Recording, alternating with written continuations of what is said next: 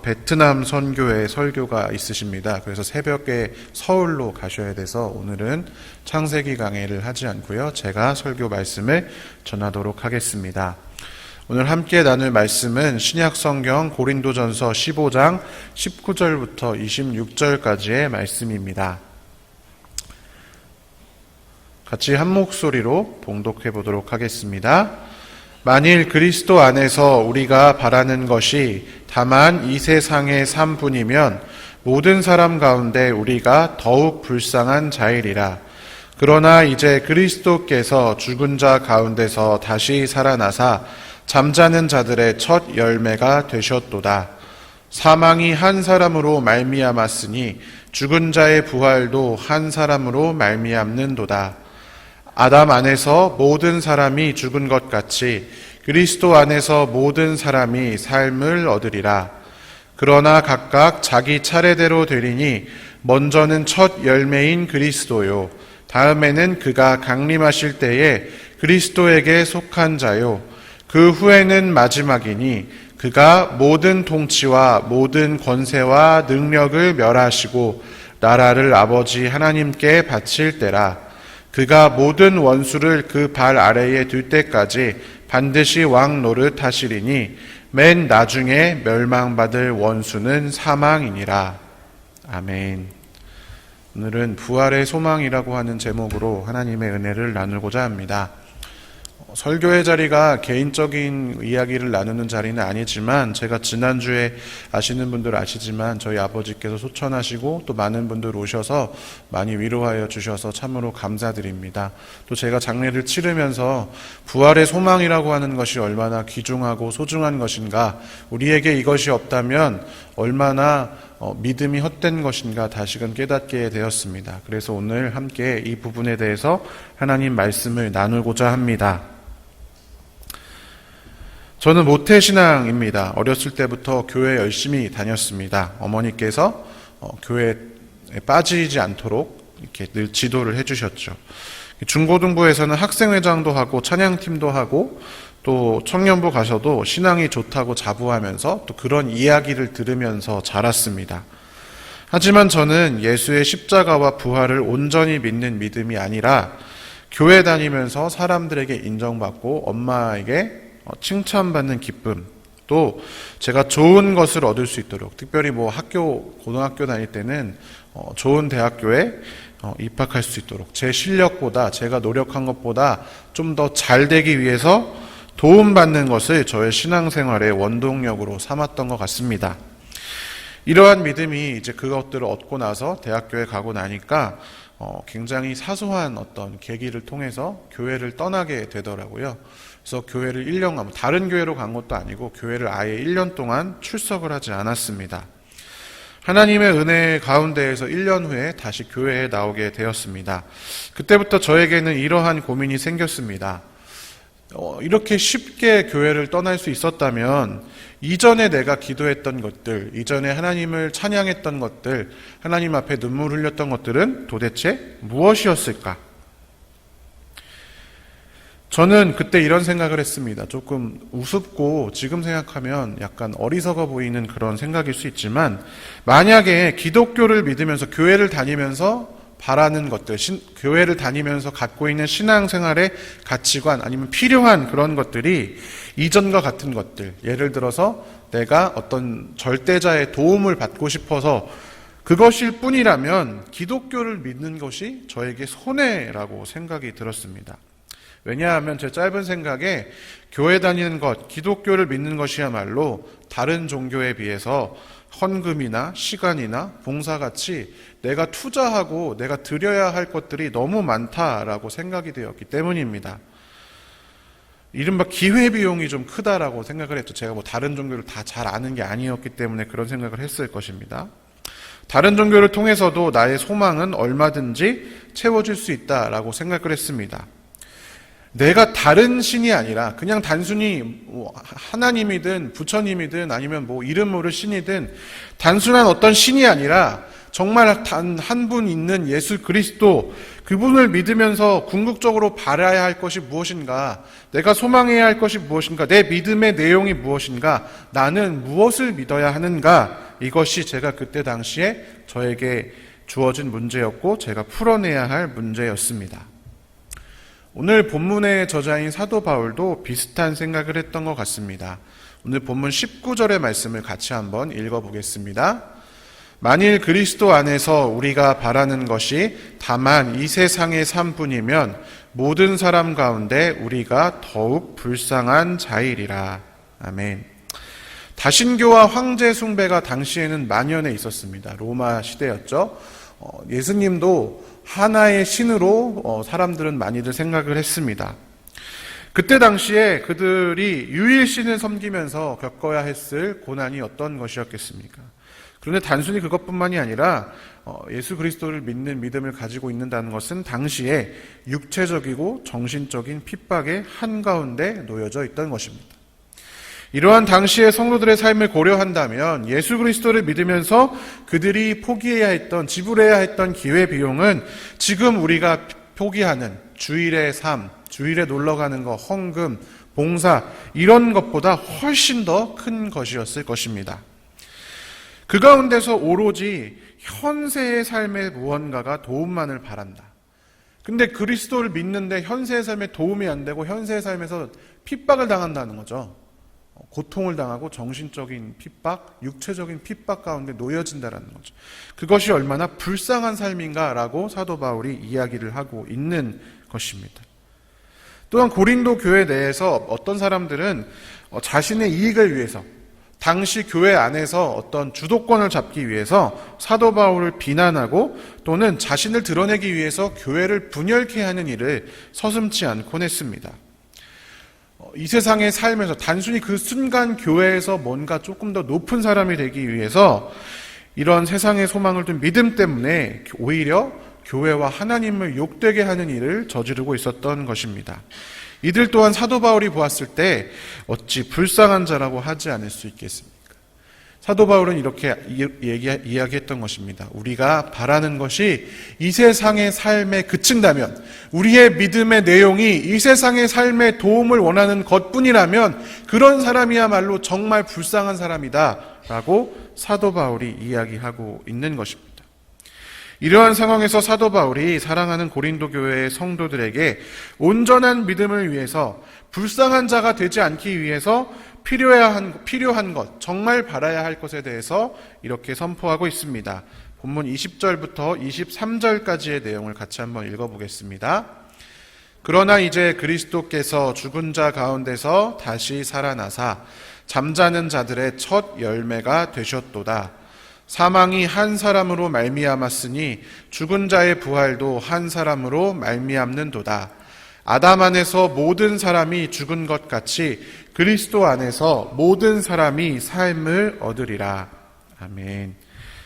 사도 바울이 이야기하는 믿음의 정수, 우리가 믿어야 하는 믿음의 내용은 무엇이냐? 바로 부활입니다. 우리가 바라고 소망해야 하는 것은 예수 부활의 소망, 이것이 바로 우리가 바라야 할 참 소망인 것입니다. 여러분, 그렇다면 소망이라는 것이 무엇일까요? 우리가 소망이라는 단어에 대해서 어떻게 생각하고 있냐면 단순히 뭔가 했으면 좋겠어, 이 정도를 소망으로 생각하는 경우가 많습니다. 하지만 그렇지가 않습니다. 소망이라는 단어의 뜻을 같이 한번 찾아보겠습니다. 소망이라는 말은 국어사전에 보면, 국어사전에서만 찾아보면 그냥 어떤 일을 바라다 이렇게 기록이 되어져 있습니다. 근데 한자로 보면은 이 소망이라고 하는 단어는, 망자는 바랄 망자인데 소자가 장소나 아니면 어떤 확실한 위치를 나타내는 바소자로 되어져 있습니다.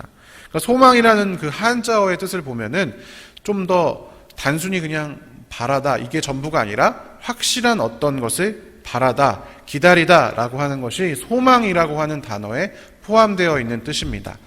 또한 이 소망이라고 하는 단어는 성경, 신약 성경에서 헬라어로 엘피스라고 하는 단어로 기록이 되어 있습니다. 그런데 이 엘피스라고 하는 단어에는 두 가지 뜻이 있습니다. 첫 번째는 영어로 하면 expectation of good, 좋은 것을 기대하는 것. 두 번째는 expectation of evil, 악한 것을 이제 기대한다. 그 악한 것을 기대한다라는 것이 조금 이상한 말처럼 느낍니다. 쉽게 말하면 첫 번째 뜻은 무슨 뜻이냐면 좋은 것을 기대하고 바라다 라는 것이고, 두 번째는 나쁜 것을 두려워하다, 이런 뜻을 가지고 있습니다.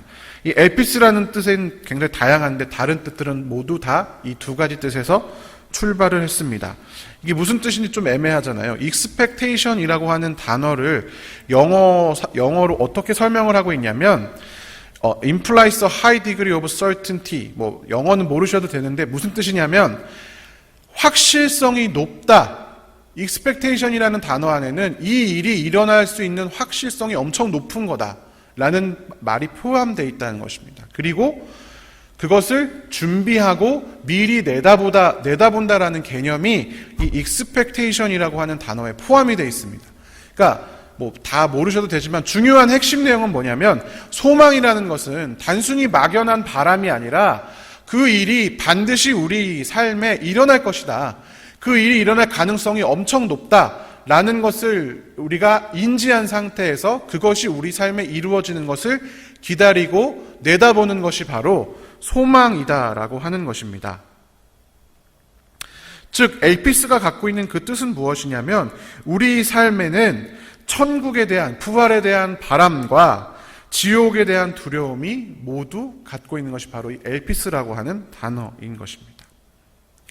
이것을 오늘 본문에 적용해서 보면요, 여러분, 부활은 단순히 막연한 것, 뭔지 모르는 그것이 아니라 우리 삶에 반드시 이루어질 것입니다. 여러분, 우리가 사도신경, 오늘 시작할 때도 사도신경을 이야기했지만 사도신경 할 때 마지막에 뭐가 있습니까? 몸의 부활과 영생을 믿습니다 기록되어져 있지 않습니까? 그 이야기 무엇입니까? 우리가 나중에 어느 순간이 되면 우리의 육신이 죽었다가 우리의 육신이 다시 부활하는 것입니다. 영혼이 그냥 살아서 영혼이 구천을 떠도는 그런 개념이 아니라 우리가 만질 수 있는 이 육신이 다시 살아나서 하나님, 예수님 앞에 서게 된다라는 것입니다. 오늘 함께 불렀던 찬송가처럼 우리가 예수님 손에 있는 못자국을 보아서 알게 되고 예수님 옆구리에 있는 창자국을 만질 수 있게 되는 것입니다. 왜? 우리가 육신으로 부활하기 때문에. 그것이 부활이라는 것이 실체 없는 기다림, 현실성 없는 이상향, 뭔지 모르는 그냥 영혼 같은 그런 것이 아니라 현실로 우리에게 이루어질 것이다 라고 하는 것이 바로 오늘 본문에서 말하고 있는 것이고 우리는 그것을 내다보면서 기다려야 하는 것입니다. 이러한 부활 소망이 없기 때문에 교회와 기독교 안에 많은 문제들이 일어납니다. 여러 가지 교회 안에서 일어나는 많은 문제들 생각해 보십시오. 여러분, 우리가 이 육신을 입고 다시 하나님 앞에 가게 된다고 생각해 보시면 어떻게 교회에서 그런 악한 일들이 일어날 수 있겠습니까? 예전에 한 몇 년 전인가요? 뉴스에 보니까 교회 안에 어떤 그 교회의 장로님이 교회 안에 자기 비밀 사무실 차려놓고 그 안에서 돈을 세탁하고 교인들 헌금을 가지고 자신의 어떤 그런 그 자금이랑 바꾸는 거죠. 돈 세탁하는 거죠. 교회에 현금이 많으니까. 그러한 일들이 어떻게 일어날 수 있겠냐 말입니까? 우리가 육신을 입고 하나님 앞에 다시 가서 우리의 육신으로 하나님 앞에 서게 된다는 것을 생각하면 어떻게 그러한 일을 저지를 수 있겠습니까? 우리가 이러한 부활 소망, 부활에 대한 믿음이 없기 때문에 교회 안에서 많은 문제들과 죄들이 일어나고 있는 것입니다. 한편으로는 이런 생각이 듭니다. 우리의 삶, 저와 여러분의 믿음과 삶에서 부활 소망이 빠져 있다면 우리 또한 그러한 잘못을 저지르지 않으리라고 어떻게 확신할 수가 있겠습니까? 그렇기 때문에 우리 모두에게는 죽음이 눈앞에 있는 사람, 혹은 저처럼 가족의 죽음을 겪은 사람, 가족이 아픈 사람, 이런 사람들뿐만 아니라 우리의 매일의 일상에서 부활의 소망이 필요한 것입니다. 왜? 이 땅에서 하나님 뜻대로 살기 위해서입니다. 그렇다면 우리가 부활의 소망을 가지기 위해서 알아야 할 것, 믿어야 할 것, 확신해야 할 것이 무엇이 있을까요? 첫 번째는 예수 그리스도의 부활을 통해서 우리가 죄에서 해방되었음을 알아야 합니다. 아까 읽었던 본문 20절부터 23절까지의 말씀을 다시 한번 읽어보겠습니다. 그러나 이제 그리스도께서 죽은 자 가운데서 다시 살아나사 잠자는 자들의 첫 열매가 되셨도다. 사망이 한 사람으로 말미암았으니 죽은 자의 부활도 한 사람으로 말미암는도다. 아담 안에서 모든 사람이 죽은 것 같이 그리스도 안에서 모든 사람이 삶을 얻으리라. 아멘. 여러분, 예수 그리스도께서는 우리가 다 알고 믿고 고백하는 바대로 죽은 자 가운데서 다시 부활하셨습니다. 그가 다시 살아나셨다는 것은 그저 김유신 장군이 삼국통일했다, 이런 아무 의미 없는 낱말이 아닙니다. 그가 다시 살아나셨다는 것은 우리 인생에 정말 큰 의미를 지니고 있습니다. 우리가 잘 알다시피 아담 한 사람의 범죄함으로 인해서 우리에게 모든 죄와 사망이 우리 가운데 들어왔습니다. 그리고 기가 막히게도 그것과 정확히 반대되는 방법으로 예수 그리스도 한 사람의 사망과 부활로 인해서 그 모든 죄와 사망이 사람들 사이에서 사라집니다. 죄와 사망이 우리들의 인생에서 유효하지 않게 된 것입니다. 무효가 된 것입니다. 이것이 하나님께서 우리에게 주신 죄 극복의 방법이었습니다. 20절에 보면 예수 그리스도께서 잠자는 자들의 첫 열매가 되셨다, 이렇게 기록이 되어 있습니다. 성경에는요, 죽음을 다 잠잔다, 믿는 자들 안에서 죽는 것을 잠자는 것이다 라고 기록이 되어져 있습니다. 제가 아버지 임종을 지켜보면서 저는 이제 죽음의 순간을 저도 모르지만 여러분들도 잘 모르잖아요. 죽음의 순간에 본인이 어떤 일들을 겪는지 제가 잘 모르기 때문에 아버지가 어떤 상황을 통해서 돌아가시는지 제가 알 수가 없습니다. 늘 평소 때는 그 죽음의 순간을 상상하면 도대체 그게 무엇일까? 무섭다기보다는 미지의 세계이기 때문에 제가 알 수 없는 두려움 같은 게 있었는데, 아버지를 보면서 그리고 이 성경 말씀을 보면서 이렇게 생각을 하게 됐습니다. 자는 거구나. 여러분, 우리가 자면 밤에 잘 때 누워서 눈 감으면 자잖아요. 그리고 일어나면은 우리 육신 그대로 다시 일어나서 하루를 생활하는 거잖아요. 믿는 사람의 죽음은 죽고 나면 반드시 육신의 부활이 있을 것이기 때문에 자는 것처럼 우리 아버지는 그 순간에 숨을 거두셨지만 다시 일어나셨을 때는 새로운 육신을 입고 다시 부활해서 살게 되는 것입니다. 그러니까 죽음이 무효한 것입니다. 그러니까 죽음이 우리 삶에 없는 것입니다. 자는 거기 때문에. 그 첫 열매가 바로 예수 그리스도라고 하는 것입니다. 그렇기 때문에 우리는 오로지 죽었다가 다시 살아나신 분 예수 그리스도를 통해서, 그 첫 열매이신 예수 그리스도를 통해서 이 죽음을 무효화하고 죽음을 이기고 죄를 무효화하는 삶을 살아갈 수 있는 것입니다. 이것이 복음입니다.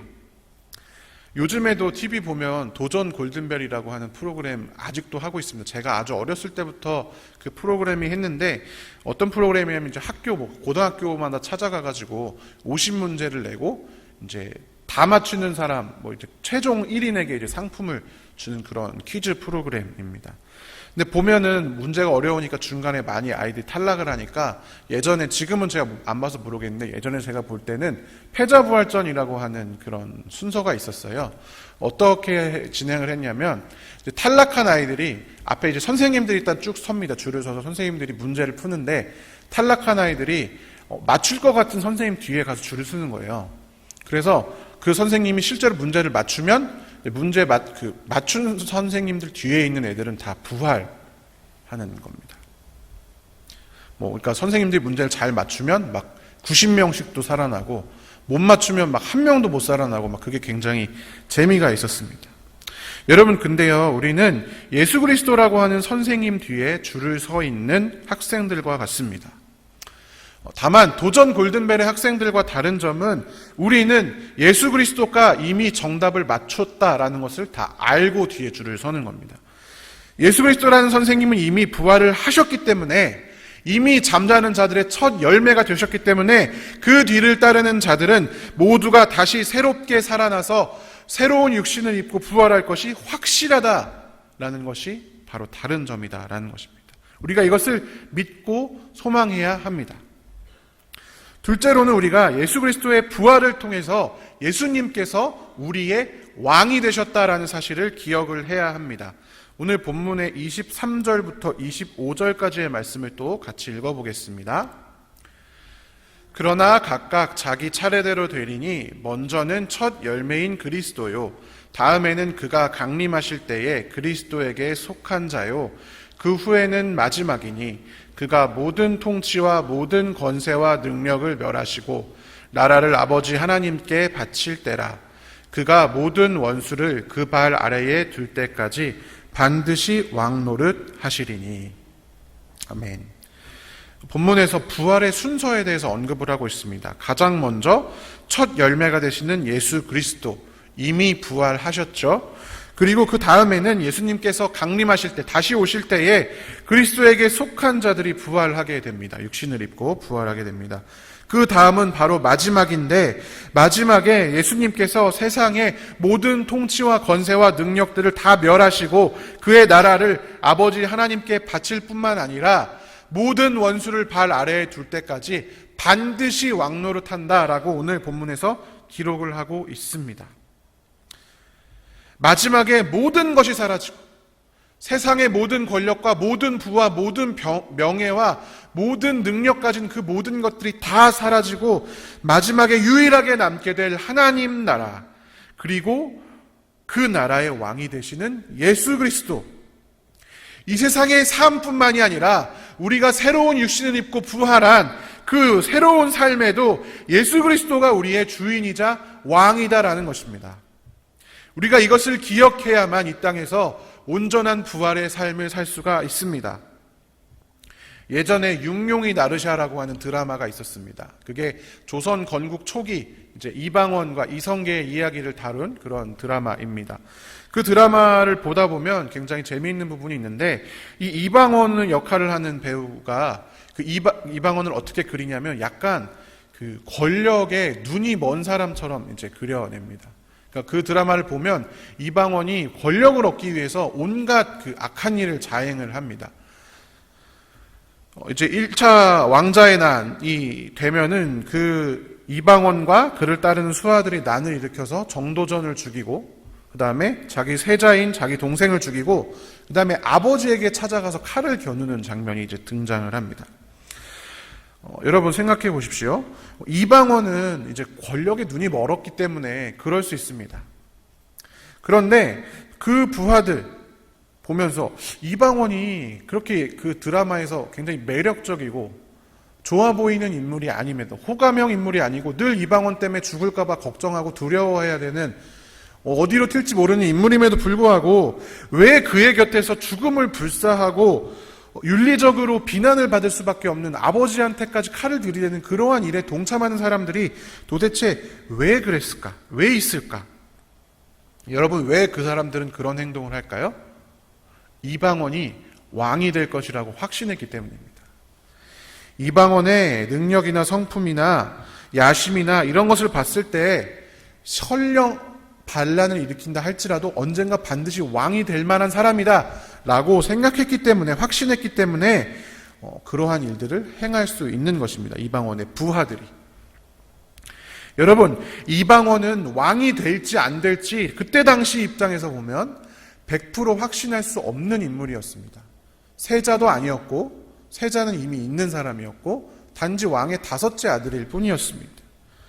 그럼에도 불구하고 사람들이 이방원이 왕이 될 것이라고 믿었던 사람들이 이방원을 목숨을 걸고 따랐는데, 여러분, 우리 예수님은 마지막에 모든 통치와 권세와 능력을 패하시고 하나님 나라의 왕이 되실 확률이 100%라는 것입니다. 100%. 우리가 이것을 기억하고 믿으면서 살아가야 이 땅에서 부활의 소망을 가지고, 부활의 믿음을 가지고 살아갈 수 있는 것입니다. 새로운 육신을 입고 다시 살아났을 때 그 왕이 예수님인데 어떻게 이 땅에서 함부로 살아갈 수가 있겠습니까? 마지막으로 예수님께서 부활을 통해서 궁극적으로 죽음에서 승리하셨음을 믿어야 합니다. 오늘 본문 26절 같이 한번 읽어보겠습니다. 맨 나중에 멸망받을 원수는 사망이니라. 이 말씀은 무엇을 뜻합니까? 예수 그리스도께서 마침내 사망을 멸망시키실 것이다 라는 것입니다. 부활의 날에 사망은 더 이상 그리스도인들에게 영향을 끼치지 못할 것이라는 것입니다. 제가 아까 말씀드렸던 것처럼 저희 아버지도 또 믿음 안에서 죽었던 모든 사람들, 죽음이 이미 무효한 상태입니다. 잠자는 것입니다. 그리고 새 육신으로 부활할 것입니다. 톨스토이가 쓴 이반 옐리치의 죽음이라고 하는 소설이 있습니다. 이 책은요, 판사로서 남부럽지 않게 성공한 인생을 살아가던 이반 옐리치라고 하는 사람의 죽음에 대해서 묘사한 그런 소설입니다. 전반부에는 이반 옐리치가 어떻게 세상에서 성공하면서 부와 명예를 거머쥐고 살았는지 묘사하고, 후반부에는 병에 걸린 이반 옐리치의 1인칭 시점으로 이 소설이 심리가 묘사됩니다. 사회적인 지위, 명예, 부, 권력만을 쫓아 살아가던 이 이반 옐리치가 죽음의 공포 앞에서 얼마나 겸허해지는지, 그것을 얼마나 소용이 없다고 느끼는지가 잘 묘사된 그런 소설입니다. 이 책의 주인공인 이반 옐리치가 경험했던 것처럼 인간이라는 존재는 삶과 죽음에서 수동적인 존재입니다. 경쟁이나 갈등 가운데 고군분투하며 인생을 살지만 결국에 우리의 인생은 죽음을 향해 다름질 쳐가는 인생일 뿐입니다. 죽음 앞에서는 인간 중에 어떤 존재도 그것을 초월할 수 없고, 그 앞에서 세상의 모든 지위와 명예와 부는 헛것이 됩니다. 그만큼 죽음이라는 것이 인간에게 갖고 있는 의미, 위력은 강력한 것입니다. 그런데 이 죽음을 예수 그리스도께서 이기셨다라는 것입니다. 우리로 하여금 그저 긴 우주의 역사에서 스쳐 지나가듯 살다가 사라지는 존재가 아니라 영원히 빛나는 존재로 변화시켜 주시는 분이 우리 예수 그리스도라는 것입니다. 이러한 것을 믿고 소망하고 바랄 때 우리는 부활이 주는 의미에 대해서 제대로 알고 소망할 수 있습니다. 그뿐 아니라 우리가 온전한 부활 소망을 가지고 살아야 우리 삶의 현재적인 고난과 고통 가운데에서도 소망과 위로를 얻을 수 있습니다. 우리가 가장 두려워할 그 죽음이라는 것이 예수 그리스도 안에서 이미 다 해결되었기 때문입니다. 잘못된 소망으로 인한 어긋난 신앙 행태에서도 벗어날 수 있습니다. 그리고 부활의 기쁨을 주체할 수 없어서 그 기쁨을 전하는 삶으로 거듭날 수 있을 것입니다. 제가 서울교회 서두에서 말씀드렸던, 제 스스로에게 던졌던, 너가 다른 종교가 아니라 기독교를 믿어야 하는 이유가 무엇인가에 대한 질문의 대답이 바로 이것이었습니다. 저에게는 예수 그리스도의 십자가와 부활을 통한 죄사함에 대한 인식, 예수님이 나의 왕이 되셨다라는 것에 대한 기억, 내가 예수 그리스도를 통해서 죽음에서 벗어났다라고 하는 믿음, 그것이 필요했던 것입니다. 그것이 우리의 신앙의 이유이자 예수님께서 우리에게 선사해 주신, 본인의 죽음과 부활로 인해서 우리에게 선물해 주신 귀하고 아름다운 복음입니다. 이제는 부활 소망을 가지고 살아가고 있는 것이죠. 여러분, 우리에게는 부활의 소망이 필요합니다. 혹시나 아직 자신의 소망이, 여기 계신 분들 중에 내가 늘 바라고 하나님께 기도하는 모든 내용들이 이 세상에만 속한 것이라면, 또는 부활이 너무 막연하게 느껴지고 어떤 것인지 잘 모르겠다, 이런 분이 계시다면 여러분, 이 새벽부터 성령 하나님께 도우심을 구하십시오. 나의 마음이 성령의 조명하심을 받아서 말씀을 깊이 깨달음으로 예수 그리스도의 십자가와 부활, 그것이 막연하게 느껴지는 것이 아니라 내가 늘 바라야 하는 나의 소망으로 삼게 해주십시오. 이렇게 기도하십시오. 현재 부활에 대한 소망 가운데 계신 분들 있으시다면 주님께 감사하시고, 그것을 잃어버리지 않으며 이 땅에서 살아갈 때에도 이 부활 소망을 적용하며 살 수 있게 해달라고 기도하십시오. 우리가 부활의 소망을 가질 때 우리는 살아있는 믿음, 승리하는 믿음의 소유자가 될 것입니다. 그러한 우리 모든 성도들 되시기를 주님의 이름으로 간절히 축원합니다. 함께 기도하겠습니다.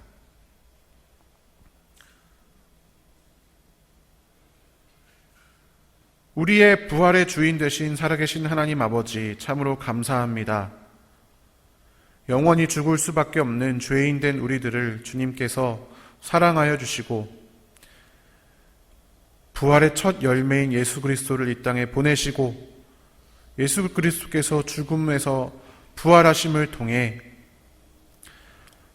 잠시 살다 사라져버릴 인생을 하나님의 자녀로서 영원히 빛나게 하여 주시니 감사합니다.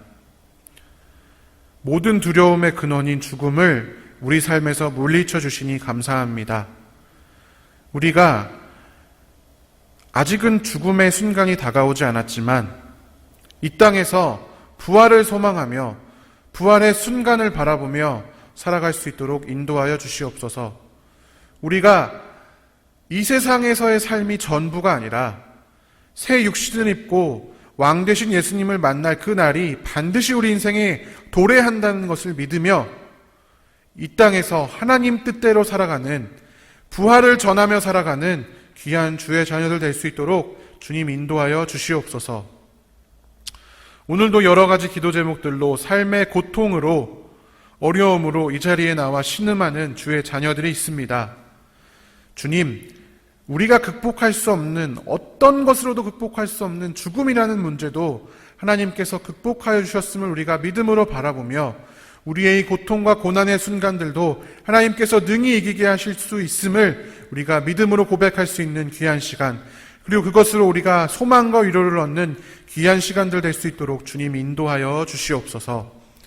이 새벽에 멀리 서울까지 가셔서 하나님의 말씀을 대언하는 담임 목사님 설교 사역 가운데 성령 하나님 함께 하셔서 그 말씀 선포를 통해 함께 말씀을 나누는 모든 성도들 하나님의 은혜를 누리게 하여 주시옵소서.